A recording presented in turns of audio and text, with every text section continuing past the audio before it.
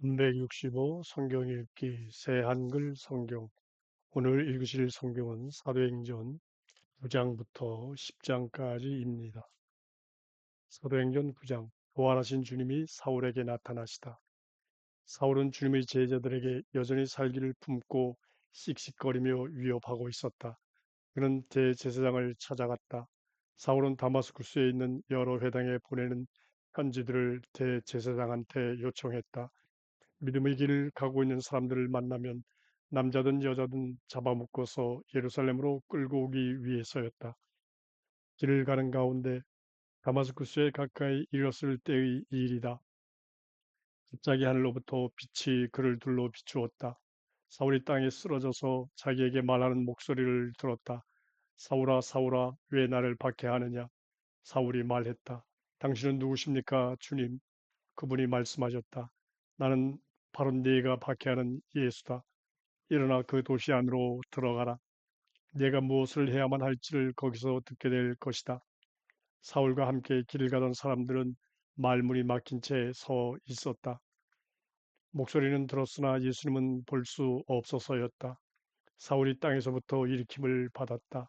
그런데 그는 눈을 뜨고는 있었지만 아무것도 볼 수는 없었다. 사람들이 사울의 손을 잡고 이끌어 다마스쿠스로 데리고 들어갔다. 사울은 3일 동안 보지 못하는 채로 지냈다. 또 먹지도 않고 마시지도 않았다. 주님이 하나냐에게 나타나 사울한테로 가라고 하시다. 다마스쿠스에 어떤 제자가 있었는데 이름이 하나냐였다. 주님이 환상 가운데서 하나냐한테 하나냐 하고 말씀하셨다. 그가 대답했다. 예, 제가 여기 있습니다, 주님. 주님이 하나냐한테 말씀하셨다. 일어나서 유세이아라 하는 거리로 가거라. 유다의 집에서 이름이 사울인 타르수스 사람을 찾거라. 보라, 그가 기도하고 있다. 그는 환상 가운데서 하나냐라는 이름의 남자가 들어와 자기에게 두 손을 얹어 안수하여 다시 보게 해주는 것을 보았다. 그러자 하나냐가 대답했다. 주님, 많은 사람이 이 사람을 두고 하는 말을 들었는데 그는 예루살렘에서 주님의 성도들에게 온갖 나쁜 짓을 저질렀다고 합니다.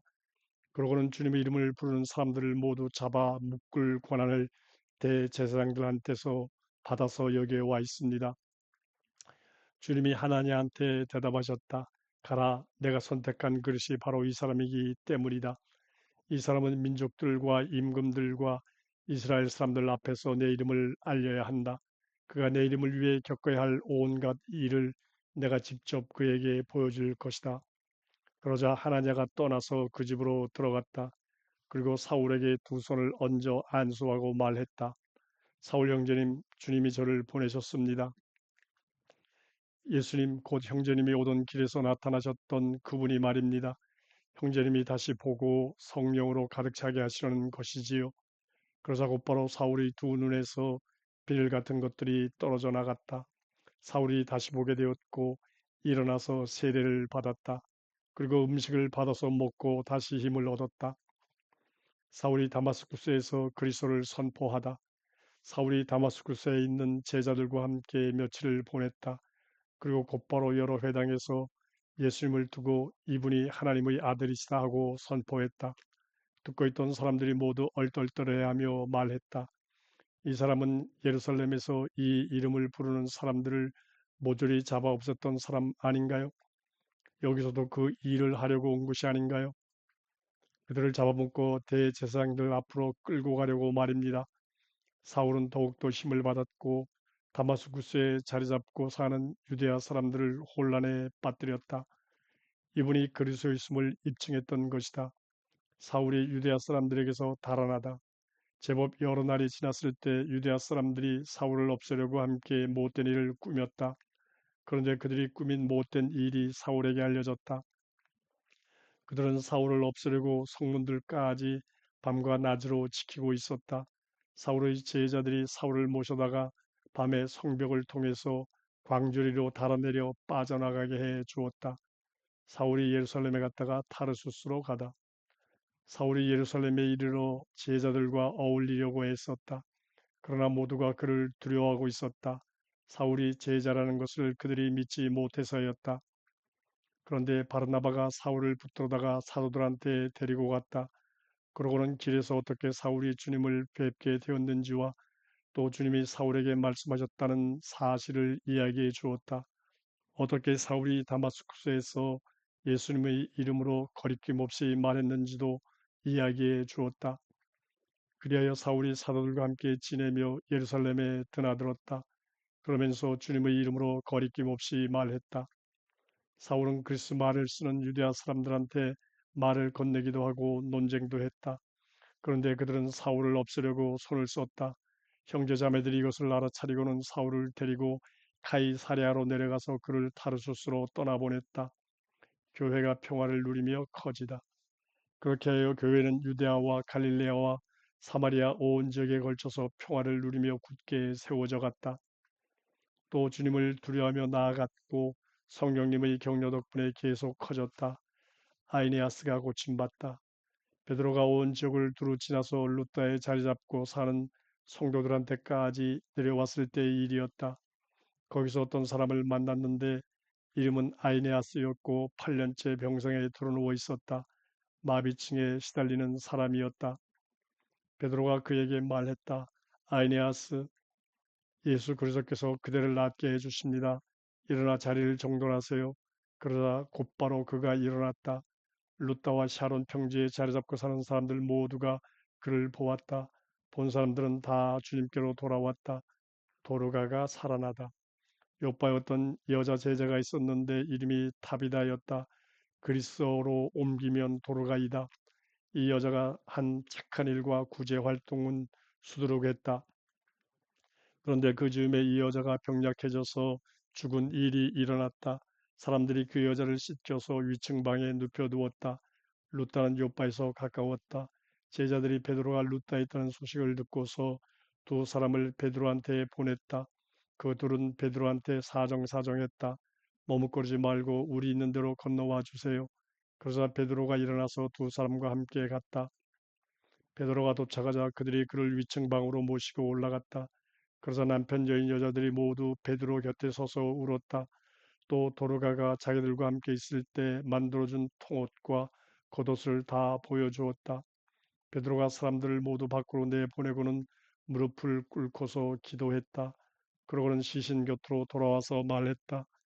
타비다 일어나세요. 그러자 타비다가 눈을 떴다. 그리고 베드로를 보더니 일어나 앉았다. 베드로가 손을 내밀어 타비다를 일으켜 세웠다.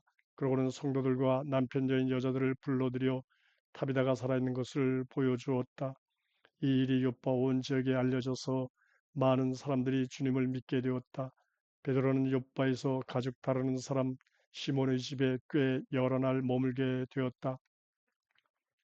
사도행전 10장 백명대장 코르넬리우스가 환상을 보다. 카이사랴에 어떤 사람이 있었는데 이름이 코르넬리우스였다. 이탈리아 부대를 하는 부대의 백명대장이었다. 그는 경건한 사람으로 온 집안 식구들과 더불어 하나님을 두려워했다. 그는 백성에게 많은 구제를 베풀었고 하나님께 늘 매달려 기도했다. 그가 환상 가운데 똑똑히 보았는데 대략 그날 오후 3시쯤이었다. 하나님의 천사가 자기한테로 와서 자기에게 코르넬리우스 하고 말을 건네는 것이었다. 코르넬리우스가 그 천사를 뚫어지게 바라보고는 두려움에 빠져서 말했다. 무슨 일입니까, 주님? 천사가 말했다. 그대가 드린 여러 기도와 그대가 베푼 여러 구제가 위로 올라가서 하나님 앞에 기억되고 있어요. 그러므로 이제 사람을 욥보로 보내어 시몬이라는 사람을 모셔오세요. 그는 베드로라고도 불립니다. 이 사람은 가족 다른 사람 시몬의 집에 손님으로 머물고 있어요. 시몬의 집은 바닷가에 있습니다. 자기에게 말하던 천사가 떠나자 코르넬리우스는 집종 둘과 자기를 수행하는 병사들 가운데 경건한 사람 하나를 불렀다. 그들에게 그 모든 것을 자세히 이야기해 준 뒤에 그들을 욥보로 보냈다. 베드로가 환상을 보다. 다음 날 그들이 길을 가고 있었는데 욥바에 거의 다다랐을 때였다. 베드로는 기도하려고 평지붕 위에 올라갔다. 시각은 낮 12시쯤이었다. 베드로는 몹시 배가 고파서 뭘 좀 먹고 싶어 하고 있었다. 그런데 사람들이 음식을 준비하는 동안 베드로가 무아지경에 빠져서 환상 보는 일이 생겼다. 베드로가 자세히 보니까 하늘이 열려 있고 큰 보자기 같은 어떤 물건이 내려오고 있었다. 네 기퉁이가 끈에 매달려서 땅으로 달아 내려지고 있었다. 그 안에는 온갖 네 발 짐승들과 땅의 기어다니는 짐승들과 하늘의 새들이 들어 있었다. 그런데 어떤 소리가 베드로한테 들려왔다. 일어나라, 베드로야, 잡아서 먹어라. 그러자 베드로가 말했다. 절대로 그럴 수 없습니다. 주님, 나는 구별되지 않고 깨끗하지 않은 것은 어떤 것도 전혀 먹어본 적이 없기 때문입니다. 다시 두 번째로 베드로한테 소리가 들려왔다. 하나님이 깨끗하게 하신 것을 내가 나서서 구별되지 않은 것으로 만들지 마라.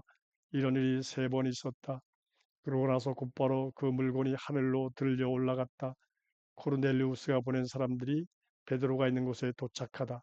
베드로가 자기가 본 환상이 무슨 뜻일까 하고 어리둥절해하고 있을 때였다.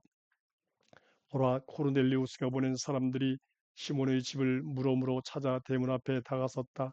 그리고 그들은 사람을 불러서 베드로라고도 불리는 시몬이 이곳에 손님으로 머물고 있는지 알아보았다. 한편 베드로가 그 환상을 두고 곰곰이 생각하고 있을 때 성령님이 그에게 말씀하셨다. 보라, 세 사람이 너를 찾고 있다. 이제 일어나서 내려가거라. 아무것도 의심하지 말고 그들과 함께 가거라. 그들을 보낸 것은 바로 나다. 베드로가 그 사람들한테로 내려가서 말했다. 보시오, 바로 내가 여러분이 찾고 있는 사람입니다. 여러분이 여기 와 있는 까닭이 무엇입니까? 그들이 대답했다. 코르넬리우스라는 백명대장이 있는데 그는 정의로우며 하나님을 두려워하는 사람입니다. 유대와 온 민족에게서도 평판이 좋습니다. 거룩한 천사가 그에게 지시하기를 선생님을 자기 집으로 모셔다가 선생님한테 말씀을 들으라 했습니다. 그래서 베드로는 그 사람들을 불러들여서 손님으로 대접해 주었다. 베드로와 코르넬리우스가 만나다. 다음날 베드로가 일어나서 그들과 함께 떠났다. 요파 출신 형제 몇 명도 베드로와 함께 갔다. 그 다음날 베드로가 카이사랴에 다다랐다. 한편 코르넬리우스는 자기 친척들과 아주 친한 친구들을 불러놓고 그들을 기다리고 있었다. 베드로가 들어오자 코르넬리우스가 맞이했다. 코르넬리우스는 무릎을 꿇고 엎드려 절했다. 그러자 베드로가 그를 일으켜 세우며 말했다. 일어나세요. 나 자신도 한낱 사람입니다. 그러고는 코르넬리우스와 대화를 나누며 집 안으로 들어갔다. 들어가서 보니 많은 사람들이 함께 모여 있다. 베드로가 그들한테 말했다. 여러분 자신들도 아시다시피 유대아 사람에게는 다른 민족 사람과 어울리거나 그 집에 찾아가는 것이 금지되어 있습니다. 그러나 나에게 하나님이 보여주셨습니다. 내가 누구에 대해서든 구별되지 않았다거나 깨끗하지 않다고 말해서는 안 된다는 것을요. 그랬기 때문에 부름을 받았을 때 반대하지 않고 왔습니다. 이제 하나 물어봅시다. 무슨 일로 여러분이 나를 오라고 불렀습니까? 그러자 코르넬리우스가 대답했다. 4일 전 이 시간쯤 곧 오후 3시에 제가 집에서 기도하고 있었습니다. 그런데 보세요. 빛난 옷을 입은 어떤 사람이 내 앞에 나타났습니다. 그가 이렇게 말했습니다. 코르넬리우스, 하나님이 그대의 기도를 들으셨어요. 그대가 베푼 여러 구제가 하나님 앞에 기억되었습니다. 그러므로 사람을 엿보러 보내어 시몬을 모셔오세요. 그는 베드로라고도 불립니다. 이 사람은 바닷가에 있는 가죽 다루는 사람 시몬의 집에 손님으로 머물고 있어요. 그래서 당장에 제가 사람을 선생님한테 보냈습니다. 그런데 선생님이 몸소와 주였으니 잘하셨습니다. 이제 우리 모두는 하나님 앞에 있습니다. 주님이 선생님에게 명령하신 모든 것을 들으려고요. 베드로가 코르넬리우스의 집에서 좋은 소식을 전하다. 베드로가 입을 열어 말했다. 참으로 나는 깨닫고 있습니다. 하나님은 겉모습을 보고 차별하시는 분이 아닙니다. 어느 민족에 속하던 하나님을 두려워하고 정의로운 일을 하는 사람은 하나님이 받아주십니다. 그 말씀을 여러분은 알고 있습니다. 하나님이 이스라엘 사람에게 보내주신 그 말씀을요. 예수 그리스도를 통한 평화를 좋은 소식으로 전해주시면서 말입니다. 이분은 모든 것의 주님이십니다. 바로 여러분은 온 유대야 지역에 걸쳐서 일어난 그 일을 알고 있습니다. 요한이 세례를 선포하고 나서 갈릴레아에서 시작된 일이었습니다. 나사렛 출신 예수님 그분을 하나님이 성령님과 능력으로 기름 부으셨지요. 그분은 두루다니며 좋은 일을 하셨고 마귀에게 억눌려 지배당하는 모든 사람들을 낫게 해주셨습니다. 하나님이 그분과 함께 하셨기 때문입니다. 바로 우리는 유대아 사람들의 지역과 예루살렘에서 그분이 행하신 모든 일의 증인입니다. 사람들이 그분을 나무에 매달아 없애버렸습니다. 그러나 바로 이분을 하나님이 3일째 날에 일으켜 살리셨고 나타나 보이게 하셨습니다. 모든 백성에게는 아니고 하나님이 미리 손을 뻗어 선택하신 증인들인 우리에게 그렇게 하셨습니다. 우리는 그분이 죽은 사람들 가운데서 살아 일어나신 뒤에 그분과 함께 먹고 마신 사람들입니다. 그러고는 하나님이 우리에게 지시하시기를 백성에게 선포하고 철저히 증언하라고 하셨지요. 바로 이분이 살아있는 사람들과 죽은 사람들의 심판관으로 하나님이 구별해 두신 분이라는 것을요. 이분을 두고 모든 예언자들이 증언하기를 그분을 믿는 사람은 모두 그분의 이름을 힘입어 죄의 용서를 받는다고 했습니다. 다른 민족 사람들도 성령님을 받다. 베드로가 아직 이런 말을 하고 있을 때 그 말을 듣고 있던 모든 사람들 위해 성령님이 내려오셨다. 베드로와 함께 온 사람들, 곧 할례받은 사람들로서 믿은 사람들은 다 넋이 나갈 정도로 놀랐다. 다른 민족들 위에도 성령님의 선물을 쏟아부으셨기 때문이다. 그들은 다른 여러 민족 사람들이 성령님의 언어로 말하고 하나님 찬양하는 것을 들었던 것이다. 그때 베드로가 대답했다. 누가 물 앞에 막아서서 이 사람들이 세례받지 못하도록 할 수 있단 말입니까? 이들은 우리 자신들과 마찬가지로 성령을 받았는데요. 베드로는 그들에게 지시하여 예수 그리스도의 이름으로 세례를 받도록 했다. 그때 그들이 베드로에게 며칠 더 머물러 달라고 청했다.